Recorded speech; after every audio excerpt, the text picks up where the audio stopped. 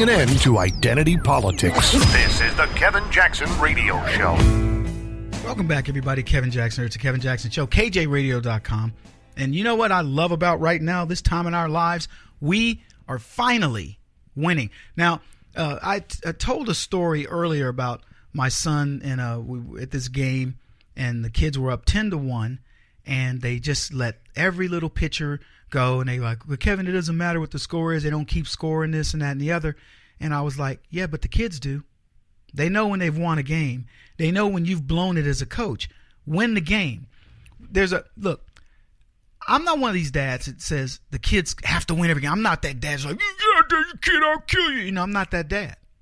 My son has a good game, great. If he doesn't, I don't care if they win. I don't care if they lose. But you know what I care about?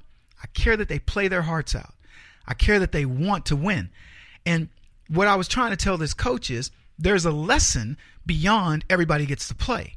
The lesson is you have to teach these kids what it's like to have a winner's mentality. My son came from a school, a system where they just won the championship. 2 undefeated teams played. My son's team run-ruled the other team, meaning they beat them by 10 runs. I think in the 3rd inning, it was over. Quickest championship game they had. They run-ruled them. So it was just, and my kids, they learned how to win. He was on this team for 3 years, and they won their first season, and they lost fall ball, then they lost another season, and then they won, and they won the entire thing. And let me tell you why that's so important. He learned how to be undefeated. They had one game where they almost lost, and the coach was like, oh man, I can't believe this. And my son finished out the inning, bases loaded, struck out the last batter, and that was the end of the game. They had to hold the home team. But if those guys had gotten any hit at all, it was 1 run up, it was going to be tied, probably a win, because you know how kids are. But my whole thing is you got to learn how to win.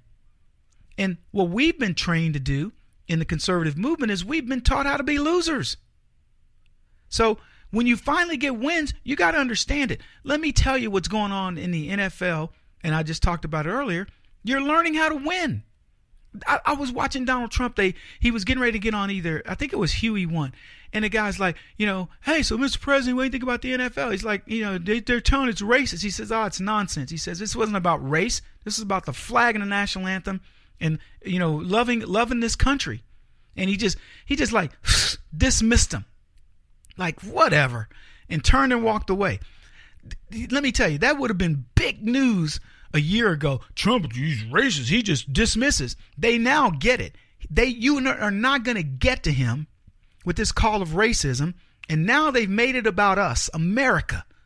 And you have come to the fore and said, you know what? Doggone it, you NFL, you people calling us racist. Screw you. 70% of white folks are watching the game that 70% of black folks play, and you dare call us racist? Screw you and the horse you rode in on. And you know why you have that attitude? 1, it's sane, and 2, you're finally learning how to win. And let me tell you what's going on with the NBA, because in case you're not keeping score, folks, I'm about to let you know it's 3-0. NASCAR preemptively told its drivers, you will stand for the national anthem or you won't drive for NASCAR. Do I really need to go back and explain the NFL? Are we good there? And Thursday night's matchup with Green Bay and Chicago took place. I told you this already. Nobody took a knee.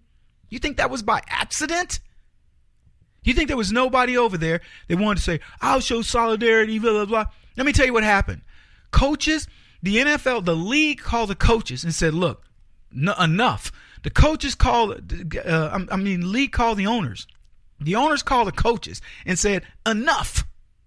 And the coaches told the players, you want to affect your income, you want to be a part of this team, you take a knee, it's over. And that's what happened. That's you winning. Yeah, you can feel good about it. Go on, take a minute. Because I feel doggone good about it. I talk about race. What have I told you? I've told you guys, if I don't ever have to talk about race again, I promise you, I have plenty to talk about. I'm not a one-trick pony like Al Sharpton or Roland Martin or some of these other race pimps. I can talk about anything. I have no problem getting race out of the repertoire, but I keep telling you how important it is and how important it is. If you want me to quit talking about it, I give you the NFL.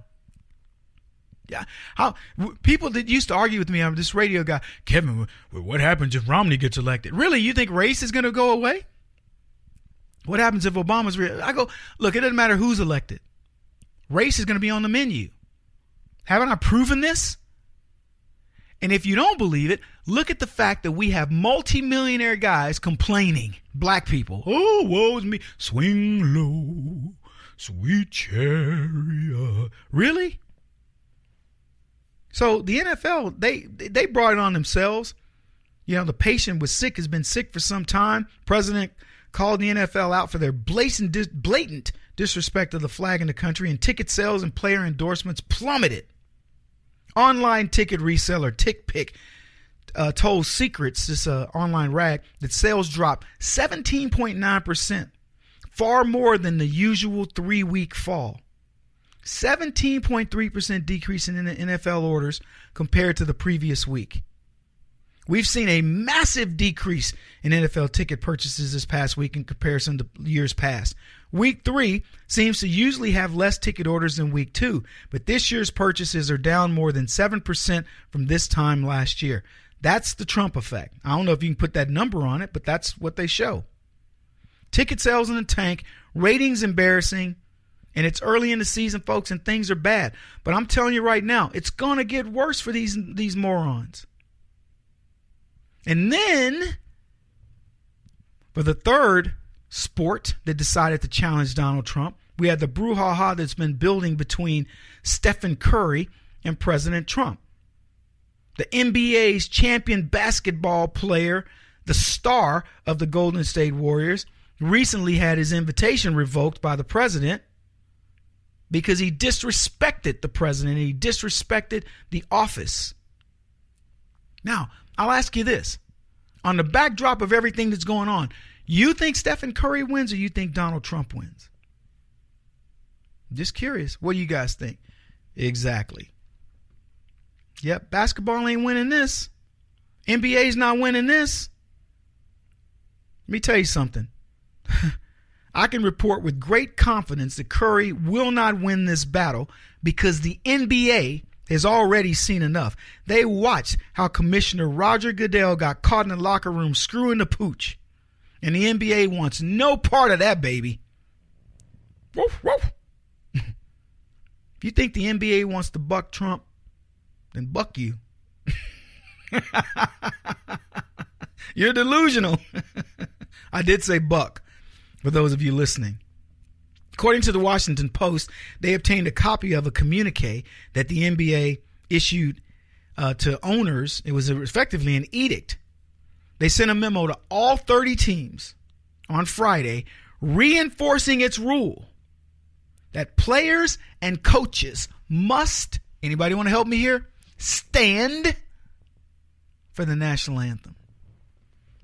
Oh, say, can you see? Yeah, they got to stand for the anthem. And look, when has this ever been in question? Seriously, I've seen guys have, put their hands behind their back and kind of look down. I've seen guys stand there with, don't put their hand over their heart. I can't recall in any professional sport somebody going, I'm just not going to do it.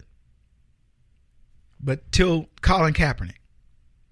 NBA Commissioner Mark Tatum sent memo to owners, team presidents, and general managers. Note, the NBA nor the NFL needed to send the memo to fans. See, we respect the flag and the anthem. And as I said, President Trump said, you're going to succumb to your players or you're going to run your businesses. See, the president knows America, and he knows the majority of us, those who actually work for a living and have the cash for extras, aren't going to tolerate. I'll get it out. Not going to tolerate disrespecting this country.